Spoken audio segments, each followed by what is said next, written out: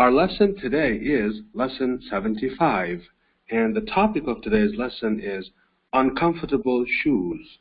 As usual, we'll start with the new words and expressions, so please read after me, okay? Number 1, wrong, wrong. Number 2, fashion, fashion. Number 3, fashionable, fashionable. Number 4, shoes, shoes. Number 5, size, size. Number 6, bought, bought. Or as in brackets, buy, buy. Number 7, pair, pair. Number 8, ago, ago. Number 9, get, get. Number 10, afraid, afraid. Number 11, uncomfortable, uncomfortable. Number 12, wear, wear.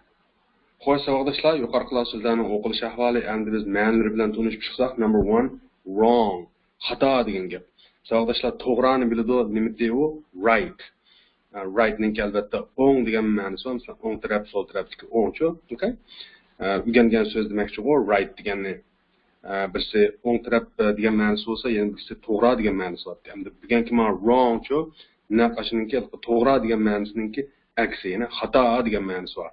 Wrong degan so'zningki. Inglizda ko'pincha what's wrong deb so'raydi, masalan, nim bo'ldi deganni. So'z ma'nosi bo'yicha tarjima qilsak nim bo'ldi? Xatolik nima yoki nima xatolik yuz berdi degandek ashtaraq bir ma'nosi bor so'z ma'nosi bo'yicha tushunsak, lekin what's wrong deganni jonliq tilda nim deb olamiz, nim bo'ldi deb olamiz, okay? Demakchi xulosa desak, wrong degan nima? Xato degan gap.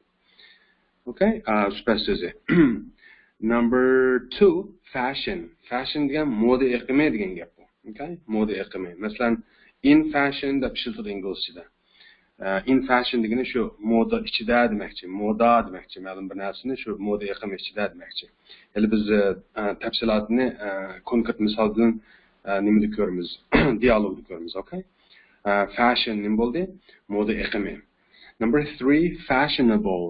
Fashionable degan endi super so'ziga aylanib ketdi.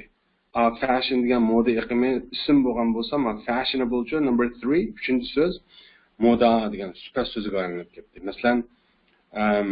Masalan, these shoes are fashionable desak nima bo'ldi? Oyoqlar moda degan bo'ldi. Ya'ni fashionable moda. Masalan, chapon moda, this jacket is fashionable yoki this dress is fashionable deb ishlatadi ko'pincha. Demakchi, ko'ylak moda, chapon moda degandekchi. Okay? Fashionable nima bo'ldi? Moda. Super so'zi, ya. Number 4, shoes. Shoes o'rganib bo'lgan savoldoshlar, lekin bugungi darsimizda yana alohida ta'kidlanganligi uchun, ya'ni alohida tilga ilinganligi uchun biz qayta so'zlar nimasiga so'zlarningki tarkibiga qo'shib qo'ydik, okay? So'zlar tizimligiga, yangi so'zlar tizimligiga bir yaxshi pishiqlash bo'lib qoladi. Okay, shoes nima bo'ldi? Oyoqlar bo'ldi. Inglizchada shoes deb olamiz. Masalan, my shoes, mening oyoqlarim deb ifodalaydi. Hargizmi my shoe demaydi, mening oyoqim deb. Uyg'ur tilida qanda mening oyoqim qani deb bundoq ishlatayveramiz biz. Demakchi, ko'plik ishlatmasakmi shu oyoqim degandan keyin shu bir jup oyoqim deb tushundu boshqalarmi? Ham o'zimiz ashuna ishlatishga, ashuna ifodalashga ko'ngan. Uyg'ur tilining bir odati bu, okay? Oyoqim qani deb qo'yamiz. Inglizchada where is my shoe deb birlik bo'yicha hargiz unda olmaydi. Chunki where are my shoes? Mening oyoqlarim qani deb oldi demakchi. Okay? Shoes, oyoqlar ko'pligi. Number 5, size. Bu razmer degan gap, masalan, cho'ng kichikligi uchun. Okay? What size? Nima razmer? Qanday razmer degan gap. What size? Anonki masalan size 5, size 6, size 7, size 9 deb ishlatadi. yine 5-ci rəzmə, 6-cı rəzmə, 7-ci rəzmə deyəndəkçü. Size 5, size 6 deyəndək, okay? Size rəzmə. Number 6, bought. Bunu ya tırnaqçıga buy deb yazıb qoyubma. Çoxum düşəndiniz, buy-ninki ötən zaman şəkli oldu. Biz bir neçə dərsdən bu yan qandaq, bir neçə dərs oldu, deməkçi fe'llarninki ötən zaman şəkli bilan tanışışqa başlagandıq. Hər qanda fe'lni öyrəngəndə onunki ötən zaman şəklini qoşub öyrənməyiz deb. Okay, men aldınqı dərsdə misal qılıb berdim Uyğur tilini bu ahval, məsələn, men tamaq yeyəvatman desək şu tapdı bu atqanlığını, yüz berib atqanlığını bildirdi. Men tamaq yeyib boldım desək, deməkçi bu işin putub bolğanlığını bildirdi. Yegandim dese ötken zamanda bolğanlığını bildirdi. Deməkçi biz özümüz diqqət qılmagan bilan əməliyyatda Uyğur tilimi fe'llar qandaq oxşamagan zamanlarda, oxşamagan şəkillərdə kelidi. İngilis tilinin bu ahval deməkçi o. Şuna fe'llarni öyrəngəndə asli şəkli mavu, ötken zaman şəkli, yəni ötken zamanda işlətildigan şəkli mavu deb turib sezgürlük bilan öyrəniş kerak. Okay? Xoş, bought uzun gapning qisqasi buyning ötken zaman şəkli, yəni setib edish. Okay? Setib edish. Məsələn, I bought a book yesterday desək nə boldu? Mən tünügün bir kitab setib aldım degan boldu. Hərgizmi I buy a book yesterday deməyimiz. Hərgiz, buy degan asl şəkli. Deməkçi tünügün mən kitab setib aldım degan yerga hərgizmi fe'lning asl şəkli buy'ni ishlatmaymiz, balki bought, yəni ötken zaman şəklini ishlatamiz. Çünki ötken zamandakı bir hərəkətni ifadelayapmiz. Shundaqmi? Okay? Number 7, pair. Bu jup degan gap. Məsələn, a pair of shoes deb aladı. A pair of shoes degan şu bir jup ayaq degan gap. Söz mənası boyunca tərcümə qılsaq bir jup ayaqlar boludu bu. Biz Uyğurcada bir jup ayaq deb bundaq ifadələşkə köngen. Okay? Pair, jup. Number 8, ago. Ago'ni sağlaşlar bildi, lekin yana qo'shib qo'ydim. Ago degan damda mesela manchilak vaqtdan ilgari yoki manchilak vaqtning oldida degandek ma'nosi bor. Okay, mesela 5 minutes ago deydi. 5 minutning oldida, 5 minut ilgari degan gap bu. Okay? Mesela 2 days ago degancha 2 kunning oldida degan bu. Ago. Number 9, get. Qo'lga keltirmak, erishmak, ammaq, ig bo'lmoq degandek ma'nosi bor. Getninki. Okay? Pela. Number 10, afraid. Bu supa so'zi bo'lib, masalan, bir narsadan qo'rqqan holda degan ma'nosi bor. Masalan, I am afraid of dogs desin bo'ldi, men itlardan qo'rqaman degan bo'ldi. Albatta inglizchada I'm afraid of dogs deb itlar deb ko'pchilik bilan aladi Uyg'urchada qanday men itdan qo'rqaman deb ifodalaymiz. Ingliz bilan Uyg'urchaninki ifodalash oddiy diqqat qilaylik. Chunki ingliz tilida aytdi to'liq ammasi hisobmas. I am afraid of dogs deb men itlardan qo'rqaman dedim. Har qanday itdan demakchi u. Xo'sh, uzun gapning qisqasi afraid degan qo'rqqan, qo'rqadigan degan ma'nosi bor. Hele biz nimada diyalogda texmo tafsiliy o'rganamiz buni. Okay? Number 2, number 11, uncomfortable. Uncomfortable degan rahatsiz degan gap. Odamni bearam qiladigan, rahatsiz degan so'z. Okay? Bir mishalda qo'shimcha bir gapni mushu so'zga munosib qo'shimcha bir gapni deb o'tib ketsam, oldidagi un oldi qo'shilib o'tsin, shunda tashlansa comfortable bo'lsa nima bo'ldi? Comfortable bo'lsa rohatlik degan gap. Odamga rohat bag'ishlaydigan rohatlik degan gap. Shunda oldiga un ni qo'shib qo'ysak qandoq? Rohatsiz, odamni bearam qiladigan degan ma'noga o'zgaradi. Demakchi, sifatlarda shunday bir ahvol bor. Hammasi unda emas, ba'zi sifatlar. Okay, demakchi bir sifatning oldiga unni qo'shsak, shuningki qarshi ma'nosiga o'zgaradi demakchi. Yana bir qatim takrorlasam, comfortable, rohatlik, uncomfortable, rohatsiz. Okay? Number 12, wear. Wear degan kiyish degan gap. Kiyish, okay?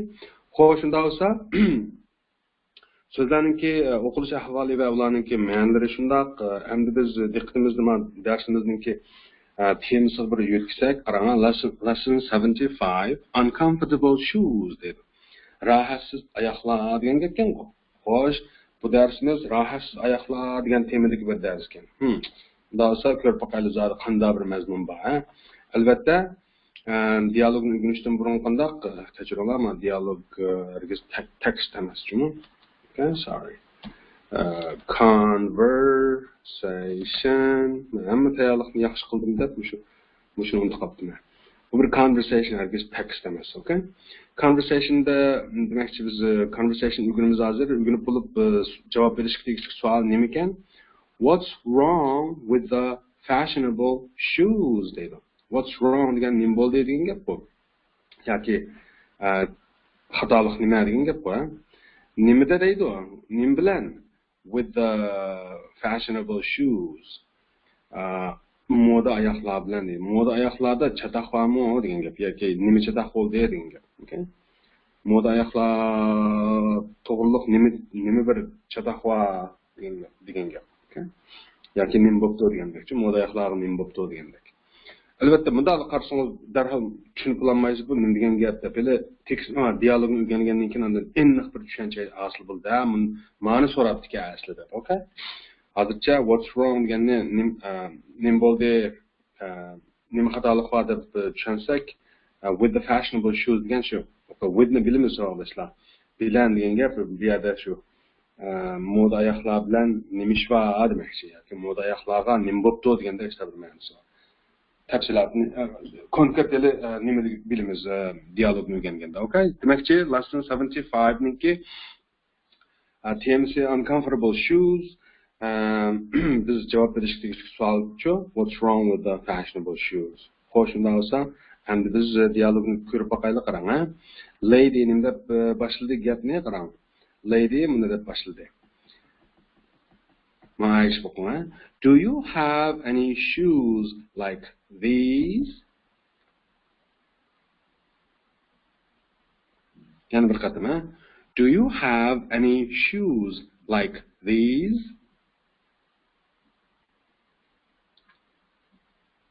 Desa shop assistant nima deydi? What size? What size? Degantiz lady qo'pib size 5. Size 5. Desa shop assistant nima deydi? What color? What color? Lady nima dedi? Black. Black. Shop assistant qo'pib I'm sorry. I'm sorry. We don't have any. We don't have any. Digante lady qo'pib, but my sister bought this pair last month.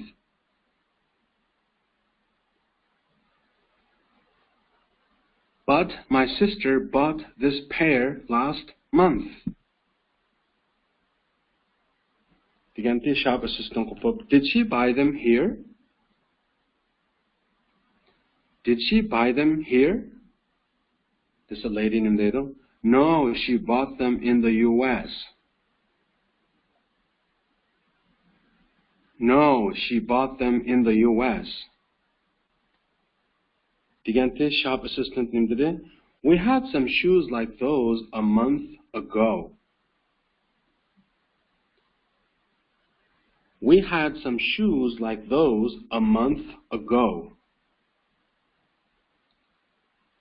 But we don't have any now. But we don't have any now. This lady named Dede. Can you get a pair for me, please?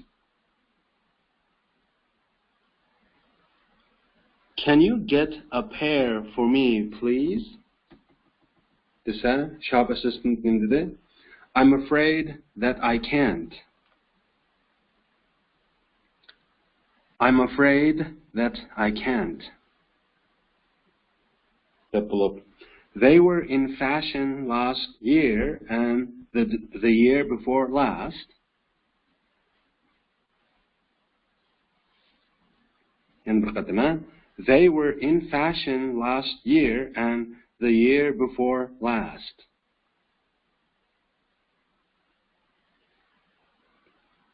But they're not in fashion this year. But they're not in fashion this year.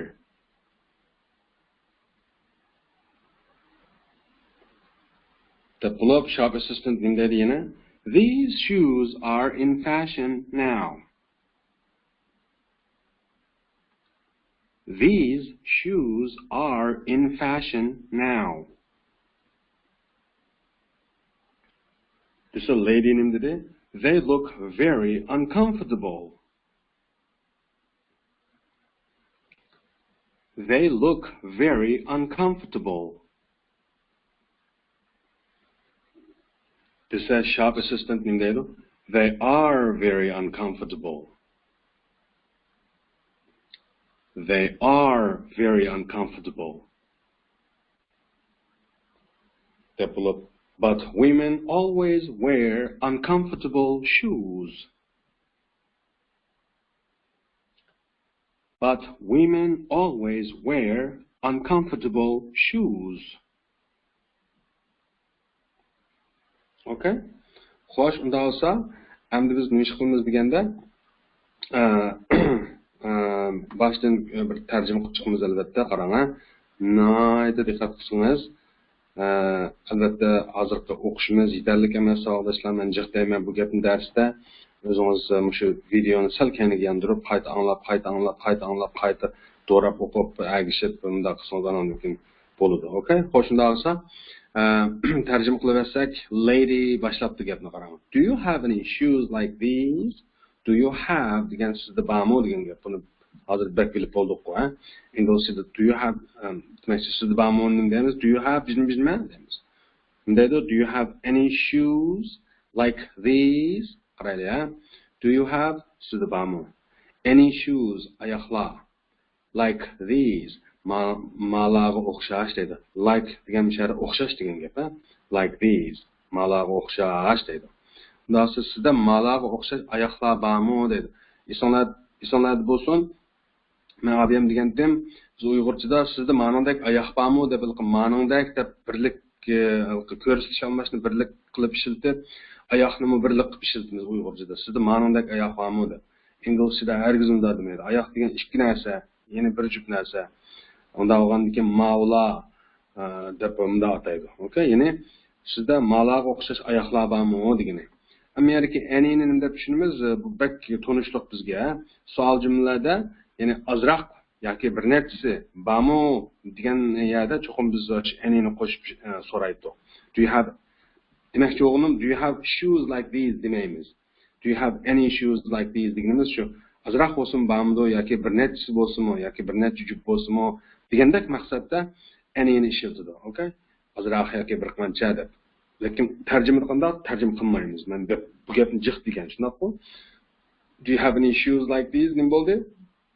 Uzun gapning qisqasi, sizda yoki sizlarda you degan siz sizlarga qartilgan-ku. Demakchiman, do'konga qarta aytayotgan bo'lsa, sizlarda deb olamiz. Agar yolg'iz qarshi tarafni sizda deb so'rayotgan bo'lsa, sizda deb olamiz. Demakchi bu qanday olsak bo'laverdi. Okay? Malqa yuni bak gapning o'ramiga asosan jonliq tushunish kerak, chunki men deb qo'yishim biz. Siz bilasiz buni, lekin deb qo'yishim.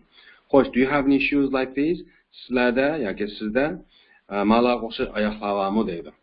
Azroq bo'lsinmi deganda, shu anini qo'shdi, ha. Desa shop assistant nima deb javob berdi? What size? Nima razmer deydi. Ha, qanday razmerlik demakchi-ku. Inglizchada mana nima razmer deb so'raydi. What size? Okay? Lady nima deb javob berdi? Size 5. 5-chi razmer deydi. Okay? Shuna deymiz endi. Hargiz 5 size demaymiz-mi? Size 5. Xuddi number 1 degandek-chi, biz birinchi nomer deymiz-ku, inglizchada nomer 1 deydi. Shunga o'xshash razmer 5 deb unda aytayotganman. Size 5 deb. Okay? Shop assistant nima deb so'radi? What color? Nima rang deydi. Colorga diqqat qilaylik. Ma angliycha yozilishi, jumi amerikancha yozilishi qanday bo'ladi? U ni olmaymiz, ha. C O L O R deb yozamiz colorni. Amerikaliklar U ni qisqartirib aytgan. Okay? Angliyada ham to'liq qoladi. C O L O U R deb. What color? Qisqasi. Nima rang? Lady ning bergan javobi nima? Black, qora deydi. Xo'sh, shop assistant nima dedi? I'm sorry. xijilman deydi. Sorryni men bakchiq tushuntirib o'tgan savoldoshlar dars xonadashida xijil bo'ladigan, kechirim so'raydigan degan gap. Bu yerda xijil bo'lish yoki kechirim so'rash deydigan fe'l emas bu. Bu balki qanday sifat, sorry degan bir sifat so'zini söz ma'nosi bo'yicha tushunsak qanday men xijil bo'ladigan holatda degan gap yoki men xijil deb olsak bo'ladi. Hargiz meni kechiring deb albatta ko'shma ma'nosi shundoq. Ko'shma ma'nosi meni kechiring, lekin jumlani tushunaylik demoqchi mana I'm sorry degan amaliyotda so'zma-so'z tushunsak qanday men xijilman deganda ishlar ma'nosi bor. Okay? Sorry nima dedik? Sifat so'zi dedik, xijil bo'ladigan, kechirim so'raydigan degan ma'nosi bor. Okay? Xo'sh, xijilman yoki meni kechiring ko'shma ma'nosi bo'yicha. Development we don't have any. We have some bo'lgan bo'lsa bayon jumla bo'ladi. Bizda azroq bor yoki bizda bir qancha bor degan bo'ladi. We have some degan bo'lsa. Endi bo'lmagandan keyin some ishlatmaydi, any ni ishlatadi. Biz buni jiq deb qo'ygan. We don't have any. Bizda azroqmi yo'q demoqchi. Mishada azroqmi degan ma'nosi bor any ninki. Ya'ni bo'lishsiz jumla o'g'ashqa any deb ishlatildi. Men jiq degan bo'lgan buni. We don't have any shoes like those demoqchi. To'liq olsa we don't have any shoes like those. Bizda a'loga o'xshash oyoqlardan hech qanchalik yo'q, azroqmi yo'q demoqchi. Qisqartirib qilganda we don't have any deydi. Bizda azroqmi yo'q deb. Lady nimdir bu gapni anglab, but my sister bought this pair last month. Lekin mening singlim yoki ocham sisterni bunday qarsak bilgil olmaydi ochisi ya sonisi ekanligini. Qanday olsak bo'ldi bu yerda? Okay? Albatta oldiga older yoki younger kelsa undan ochisi ya sonisi deb bilgil oldi va demakchi my sister desa biz uqolmaymiz. Ocham deb olsak bo'ldi, singlim deb olsak bo'ldi. Okay? Xo'sh, but my sister lekin mening ocham yoki singlim bought buyni o'tgan zaman shaklda sotib ekan. This pair ma jupni deydi. Yoki bu jupni. Last month. Oldingi oy. Ya'ni lekin ocham oldingi oy ma bir jupni sotib ekan degan gap bu. Bu yerda this pair degan nima amaliyotda this pair of shoes degan gap. Qisqartirib this pair deb olmagan, ma jupni deblar. Okay? Amaliyotda shu this pair of shoes last month. Ya'ni but my sister bought this pair of shoes last month desa to'liq bo'lgan bo'ladi majbura. Ashu of shoes ni qisqartirib aytgan demakchi. Nima degan gap bunda bo'lsa, lekin ocham o'tgan oyda ma nimani sotib olibgan, ma jupni sotib olibgan dedi. This shop assistant nima dedi? Did she buy them here? Mishada sotib olibganmi degan gapni o'tgan zamonda albatta o'tgan zamondagi jumla bu. Qaysi yordamchi fe'lning yordam bilan ifodalaydi did bilan. Okay? Agar hozirgi oddiy zamon bo'lgan bo'lsa do yoki doeslarni ishlatadi. Yodingizda bor-ku. Did bo'lgandikilar ama o'tgan zamondagi bir ishni so'rayotdi deb ham tushunamiz. Okay? Did she buy them here? Buy degan mishada fe'lning asl shakli sotib olish. Asl shaklda kelyapti. Nimishqa? Chunki o'tgan zamondagi bir jumla bo'lsa-mu asli fe'l, ya'ni buy degan asli fe'l-ku, fe'lning asli shakli. O'z shaklida keladi, asli shaklida. Nimishqa? Chunki o'tgan zamonga o'zgarish vazifasini yordamchi fe'l does ustiga kelib did o'zgarib ketdi. Unda olgandan keyin u o'tgan zamonga o'zgarish vazifasini ustiga kelib asos fe'lni qanday bekor qo'ydi degan gap. Shu asos fe'l o'z shaklida keldi, o'z holatida keldi, o'z shaklida keldi deymiz. Okay? Ya'ni uzun gapning qisqasi did she buy u sotib olibganmi degan gap. Them ularni here bu yerdan. Ya'ni ayolchilik u o'shi. U ularni bu yerda sotib olibganmi, mishar sotib olibganmi degan gap bu. Okay? Lady nimda javob berdi bu gapga? No, she bought them in the US. Yo'q, u sotib olibgan ularni ichida Amerikaning. Ya'ni yo'q, u ularni Amerikada sotib olibgan degan gap bu. Okay? She bought them in the US. Hargiz she buy them in the US demaymiz-mi? Bu o'tgan zamonda sotib olgan. Amerikada sotib olibgan degan gapga hargiz buyni ishlatmaymiz, bought-ni ishlatamiz. O'tgan zamon shaklini ishlatamiz fe'lni. Okay? Men jiq dedim bu gapni. Deganda shop assistant qo'pib, we had some shoes like those a month ago dedi. Had degan nima? Have-ning o'tgan zamon shakli. We have degan bo'lsa bizda bor degan bo'ladi. We had bo'lsa bizda bati deb o'tgan zamonda oldi. Okay? Demakchi we had bizda bati. Some shoes azroq oyoqlar deydi. Like those ashlarga o'xshash deydi. Those degan ashlarga qo'lingizdagidek demakchi. A month ago bir oyning oldida deydi. Nima degan gap bu? Bizda bir oyning oldida ashlardek yoki ashlarga o'xshash oyoqlar, azroq oyoqlar bati deydi. Some shoes, okay? Tushunishlikku? Bizda bir oyning oldida ashnondek oyoqlar bati yoki ashnondek azroq oyoqlar bati demakchi. Some deganni tushunyapsiz-ku, ha?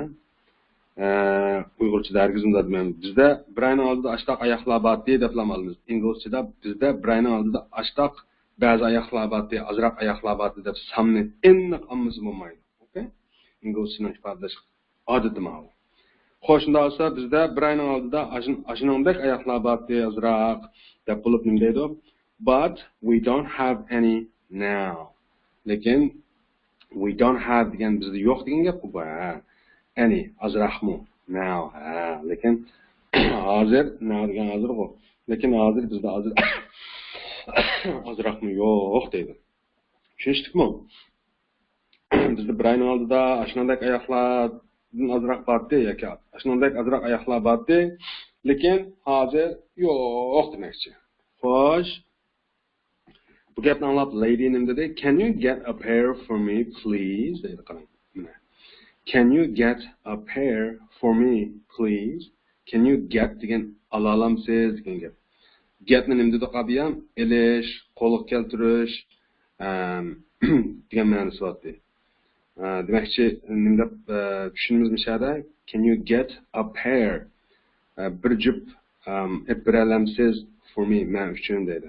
Bir jup qo'lingizga qo'lga keltiralamsiz men uchun bir jup ne demakchi? Can you get? Okay? Ya'ni jonliq tilda nima deb olamiz buni? Men uchun bir jup nima qila topa olasizmi?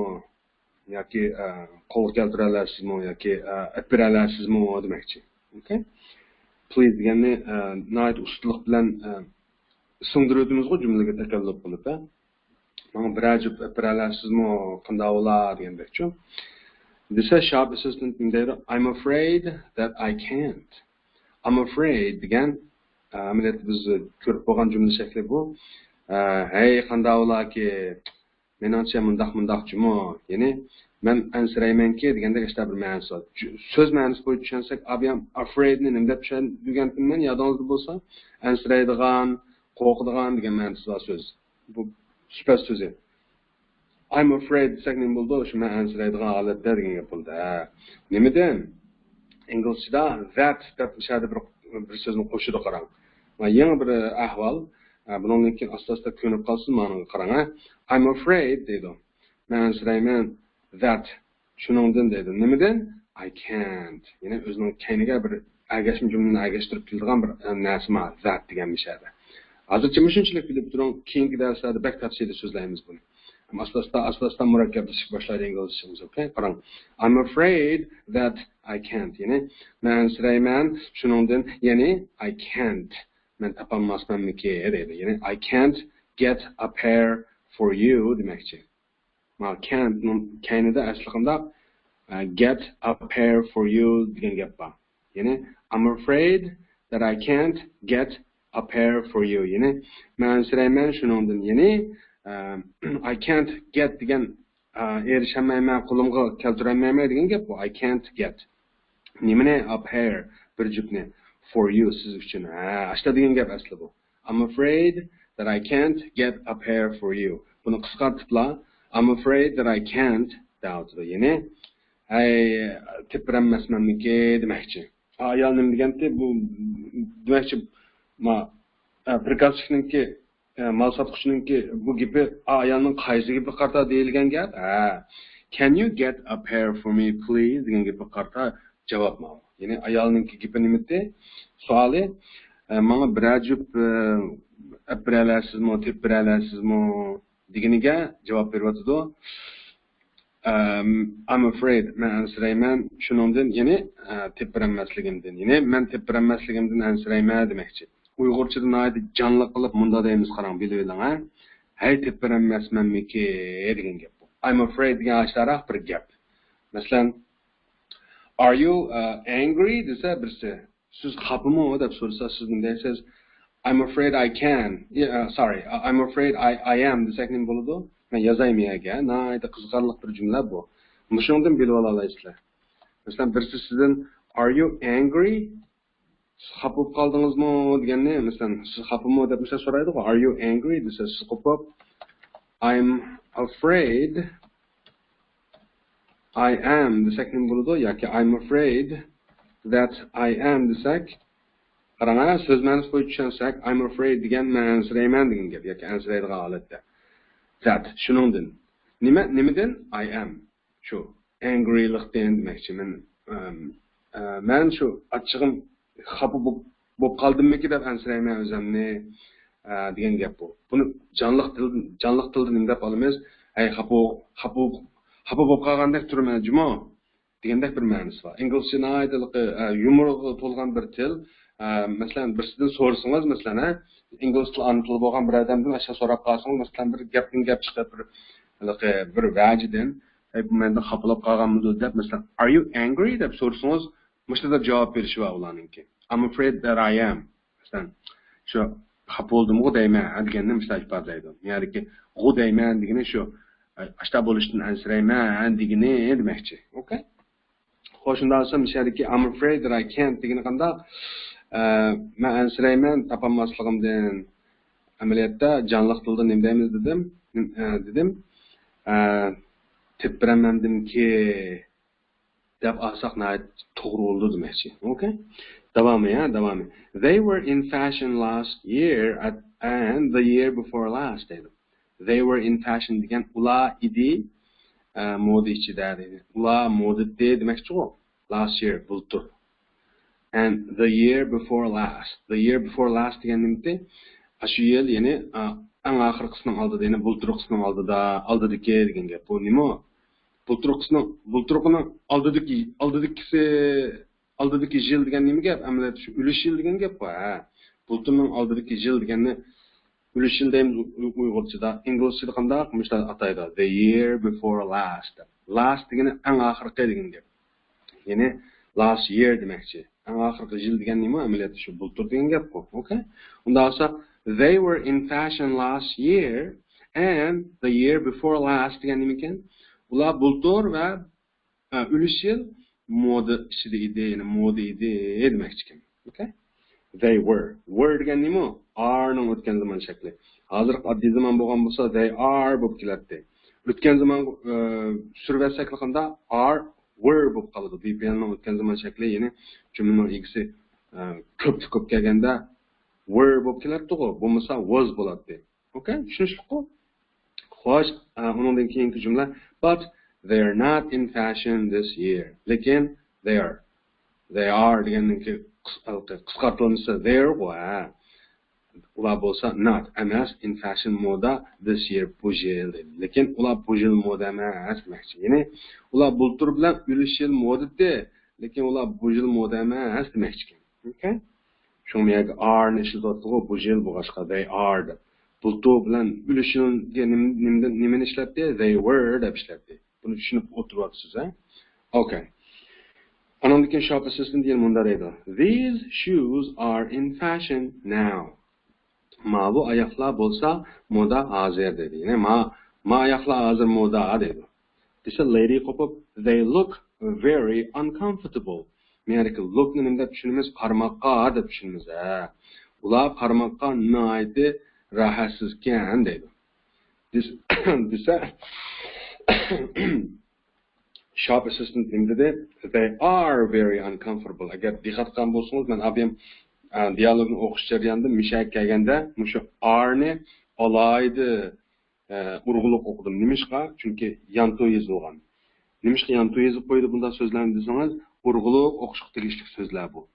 Demakchi, agar bir kitob o'qiyotgan bo'lsangiz, bir hikoya yoki roman, tuz xat, normal xat nusxasida o'qib ketib, tuyuqsiz bir yanto shaklda bir xatni ko'rib, bir so'zni ko'rib qolsangiz, qanday urg'uliq o'qishimni nima qilib, urg'uliq o'qishimni askartib, Müştaq yantoy harf yazıbdı deb tushunsangiz bo'ldi. Demakchi, they are very uncomfortable. Nemish qundaq yantoy harfni yazib urug'liq o'qiymiz, undan so'ng ma'nosi nima uni desangiz, haqiqatan ashtaq demakchi. Haqiqatan ashtaq degan ma'nosi bor. They are deb o'qishdagi maqsad haqiqatan ashtaq degan ma'noni ifodalamoqchi. Ya'ni urug'liq o'qishdagi maqsad. Okay? Masalan, buni qilgan sanmi, menmi yoki umu deb bunda so'rab qolsa, voy men deb men deb bakrak urug'liq aytishimiz bor Uyg'ur tilida. Demakchi, bu kitapmi yo daftarmi desa, kitap deb urug'liq deymiz. Ashtaraqlam bir gap bu. Ingliz tilida they are very uncomfortable degani shu. Ular haqiqatan noyati rahatsiz demakchi. Ayol ular qarmoqqa rahatsiz ekan dedi, ma ar qo'pib, ular amaliyotda rahatsiz demakchi-ku. Shu sababdan shu arni ashtaq ishlatadi demakchi. Okay? But women always wear uncomfortable shoes. Lekin ayollar doim kiydi rahatsiz oyoqlarni deydi. Okay? Demakchi, ular qarmoqqa nimalar emas, qarmoq rahatsiz emas, amaliyotmi rahatsiz. Ham qanaq bo'lganda ayollar doim shu rahatsiz bizimlarni kiyib olsalar demakchi u odam. Okay? Xo'sh, unda olsa dialog, mush dialog savoldoshlar. O'qidik, ma'nosini tushundik, endi bu yana yetarli emas. Mening deydig'im qandoq? Yenilar qandoq? Jiq o'qib, yezib, yodlab mashq qilib olsangiz bo'lmaydi. Bo'lmasa, sizning bilimingiz aylanmaydi. Unda biz savolga javob berib bo'lib qandoq mashq ishlaylik, ha? Qarang, conversationning savoli nima edi? What's wrong with the fashionable shoes? Ya'ni moda oyoqlarga nima bo'pti degan gap bu, ha? Tushunsak, so'z ma'nosini qo'yib tushunsak. What's wrong? Nima bo'pti? Nima bo'ldi? With the fashionable shoes. Moda oyoqlarga nima bo'pti degan gap. Yoki nimacha taqvo ekan degan gap. Javob nima? They are very uncomfortable. They are very uncomfortable. Okay? Ular naydi rahatsiz. Demakchi, moda oyoqlar qanday, ularda nima masala bor ekan, ularda nimacha taqvo ekan degan savolga javob ma'lum. Ular to'liq rahatsiz deydi. Okay? Ulardagi masala shu. Qo'shimda olsa, so'zlarni o'rgandik, dialogni o'rgandik savoldoshlar. Endi qanday qilsangiz, o'zingiz qapqalda chiqib mashq qilish. Endi biz lesson 76, ya'ni when did you nima degan temadagi mashqni bir ishlab ko'raylik. Ishlash orqali o'zimizning hozirgi 75dagi bilimimizni cho'nqurlashtiraylik. Qarang, new words'dan amaliyotdan new words'lar emas bular, yangi so'zlar emas. Siz bildigan so'zlar, lekin bir o'qib o'tib ketaylik. Qarang, minute. Number 2, hour. Number 3, day. Number 4, week. Number 5, month. Bir diqqat qiling, shu month-ni o'qigan 5-so'z. Eng oxirida ishga harfi th qanday o'qiladi? Th. Thank you dega th o'qildi. Cho'qimashda o'qim. Hargiz bunday yo'lablam demakchi apla o'tkazib o'tmal degan maqsadda bunday month deb o'qimang. Cho'qimki month. Okay?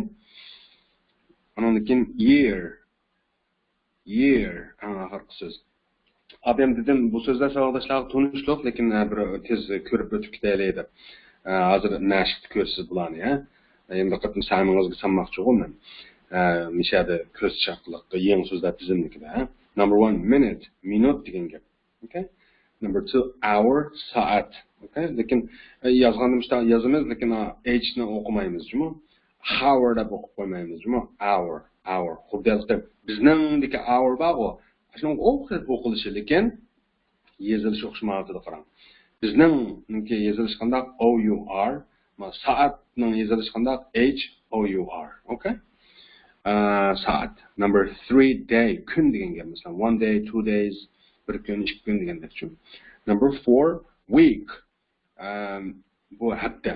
Okay? 1 week, 2 weeks, 3 weeks degandek. Number 5, month. Bu ay degan gap. Mesela 1 month, 2 months deb aldığımız bu. Number 6, year. Yıl degan gap. 1 year, 2 years degandek. Okay? Xo'sh, shunda olsa, endi biz qanday qilamiz? Albatta, kitap qaytib, kitapning mazmuniga kechiringlar, men kompyuterimdan ozroq chatoq chiqqanmi? Mana tez surgilmayapti mana bu betni, ha? İçimden düşürüverdim, ha? Az kaldı. Okay, lesson 76. When did you? Deydi. Siz kaçan bunday qildingiz demekçiken. Aldı bilan malani ko'rib o'taylik, jadval ichidagi vaqt ifodalashlarni, vaqtlarning ifodalash usullarini qarang. This week degan bu hafta degan gap. This month bu ay. This year degan bu yil degan gap, okay? Agar last week desakchu, oldingi hafta degan gap. Last month deganchu, oldingi oy degan gap. Last year, oldingi yil yoki bultur, okay? This week, the week before last degan nima? O'lish hafta degan gap, enaqi. Oldingi haftaning oldingi haftasi, o'tgan haftaning oldingi haftasi demakchi.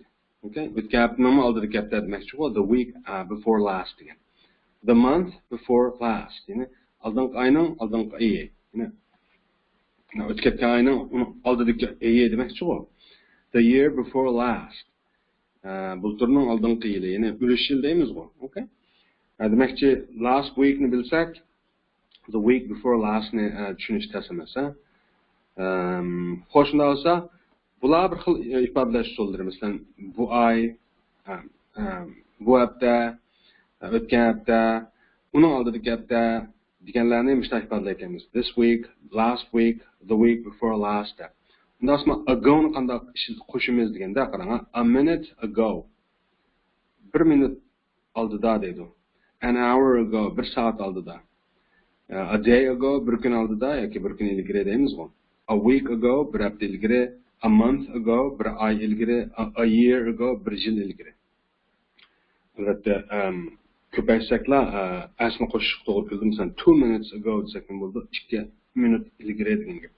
5 hours ago, 5 soat ilgari. 3 days ago, 3 kun ilgari. 2 weeks ago, 2 hafta ilgari. 4 months ago, 4 oy ilgari. 6 years ago, 6 yil ilgari. Okay? Qarsangiz, ingliz tilida shunday qanday. Cho'qimki 2 bo'lgandan keyin minutes deb asma qo'shib ishlatadi. Biz Uyg'urchada 2 minut ilgari deb 2 deganimiz, sonni 2 deganimiz bilan minutni yana birlik qilib ishlatayveramiz. 2 minut ilgari deb. İngilizcede 2 minutlar ilgari deydi. 5 soatlar ilgari, 3 kunlar ilgari degandek. Tushunishlik bu? Okay? Hadi bak, ma'noga bak diqqat qilaylik. Endi temada nima deb so'raganda, when did you? Siz qachon bizim qildingiz deydi.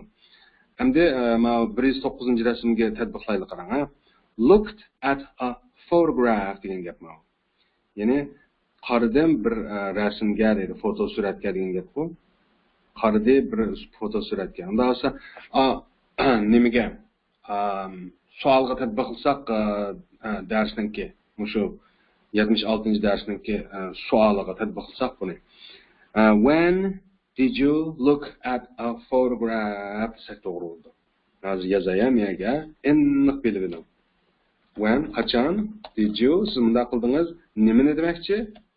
Look at deydi. A photograph deydi.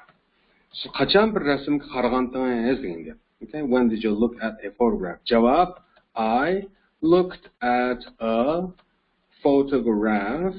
Masalan, a week ago. Yoki a week ago ni last week desak bo'ladi bu savollar. Hozir xil uslub qoldik bu narsalarga. Okay? Tushunishliqmi? Ya'ni qayta desam, when did you look at a photograph? deb bir so'rasa sizdan. Siz qachon bir fotosurat qaragansiz, siz nima javob berasiz? I looked at a photograph a week ago yoki last week. Bayqilqi jadval ichida ko'rgan to'qo. Ashunga o'xshash javob beramiz degan gap. Savolni yana bir ko'rib o'taylik. Did you deb so'raydi. Lekin lookning keyniga idni qo'shmaymiz. Sababi o'tgan zamonga o'zgarish vazifasini yordamchi did ustiga olib bo'lgandan keyin asli fe'l o'z betida keladi. Qo'lni qo'shtirib qo'yib, charchamay pishandan ta'aqquzmay keladi. Ammo bayon jumlalarda qandaq? Degan bo'lishliq bayon jumlalarda asli fe'l o'tgan zaman shaklida o'zi kelmasi bo'lmaydi. Chunki bu yerda yordam qiladigan did kelmaydi demoqchi. Tushunishlikmi? I looked at a photograph a week ago degan jumladagi looked degan nima? Look ning o'tgan zaman shakli bo'ldi degan gap. Agar buni tushungan bo'lsangiz, qog'ozlarni tezlab o'tib so'zlab o'tib ketamiz qarang. Masalan, when did the cat jump off the wall? Yine mushuk qachon tomdan sakrdi degan gap bu. Mushuk qachon tomdan sakrdi degan gap. When did the cat jump off the wall? Javob: the cat yoki it jumped off the wall. Masalan, yesterday, tunugin. Tushunishmi? Okay. Vaqtni bildiradigan so'z iboralarni men bakka demsam bular qarang. Masalan, vaqtlardan chiqmagandoq, masalan, yesterday tunugin, the day before yesterday uzishkin. Ammo bugun ko'rayotganlarimiz bu hafta, bu ay, bu yil, o'tgan hafta, o'tgan ay, o'tgan yil. Ananikin o'tgan haftaning oldidagi hafta, o'tgan oyning oldidagi oy, o'tgan yilning oldidagi oy, o'tgan yilning oldidagi yil deb ma'loni hozir mashq qildik-ku bir. Yoki bo'lmasa a minute ago deb ishlasak bo'ladi, 2 minutes ago desak bo'ladi deganlarni men jiq dedim abi ham. Unda o'g'anniki qandaq, ularga bir qarab ketmay, endi men og'za kelam deb birma qog'ini o'zingiz mashq qilasiz, okay? Qarang, ha.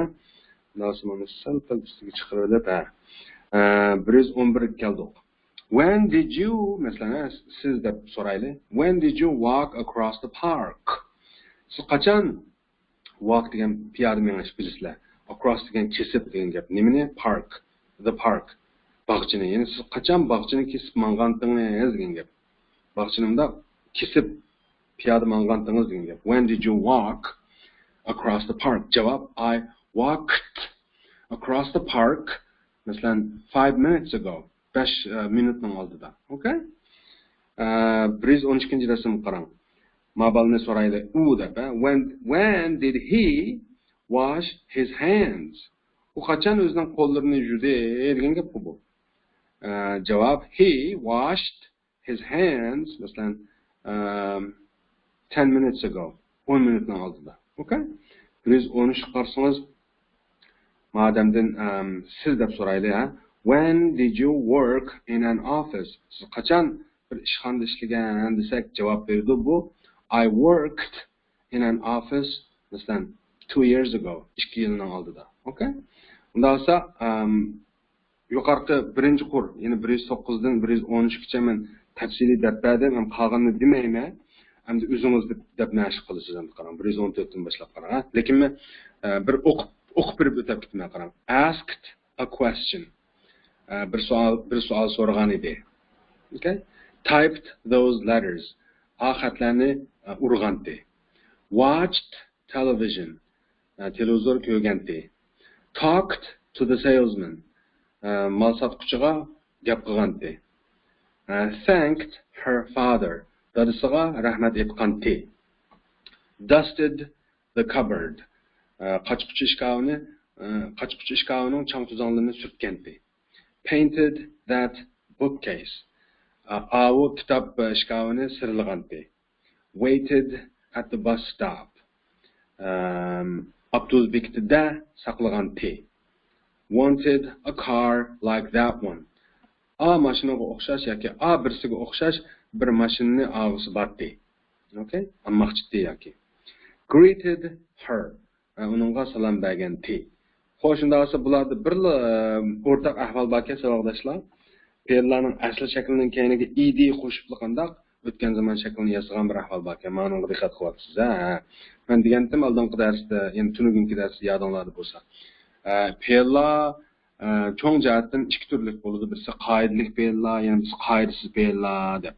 Ammo bugungilar qanday amaliyotda qoidalik fe'llar hisoblanadi. Ya'ni fe'lning asl shaklining keyiniga Shunda ed yoki dni qo'shish orqali qanda uningki o'tgan zaman shaklini yasaydigan. Mana qoidalik fe'llar. Ham qoidasiz fe'llar deganlar qanda ma qoidaga tushmaydiganlar, ya'ni asl shakli bilan o'tgan zaman shakli o'xshamaydigan, boshqa bir xil keladigan ashunday fe'llar. Okay, qoidasiz fe'llar bo'ldi. Xo'sh, shunda olsa, bu gap shunchalik bo'lsin, men yetarlik dedim. Endi qanday o'zingizga keldi? Qayta boshdan ko'rib bir o'qib, yozib mashq qilishlar. Xo'sh, shunda olsa qanday? Yo'q, darsningki oxirgi kammidoq bu texe nima?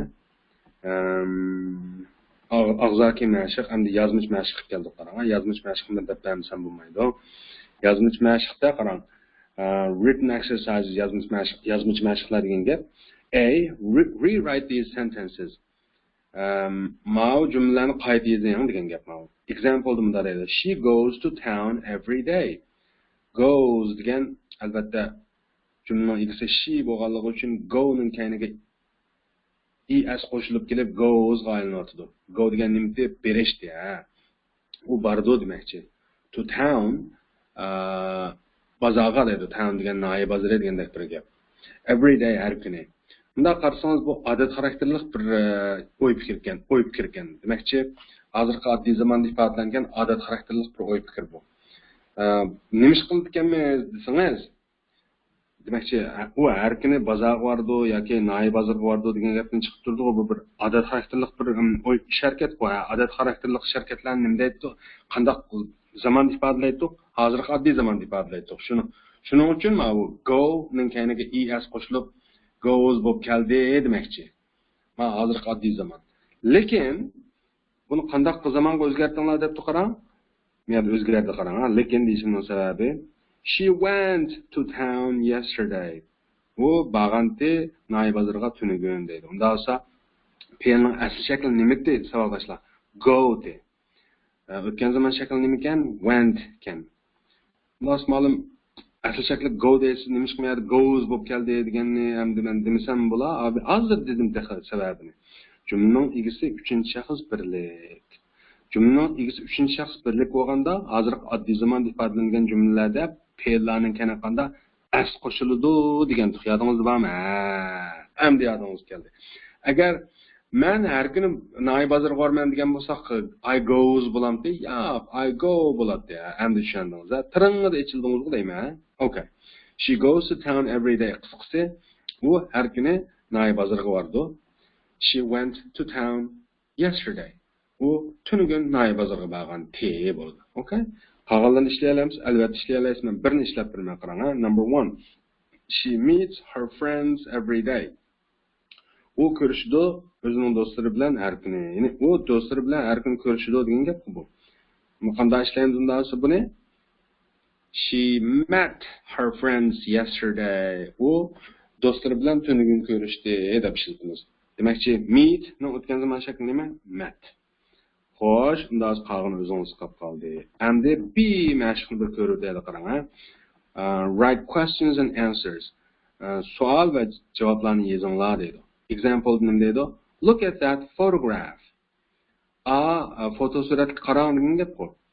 An hour ago. Yoki fotosurat qarash. An hour ago, bir soatning oldida.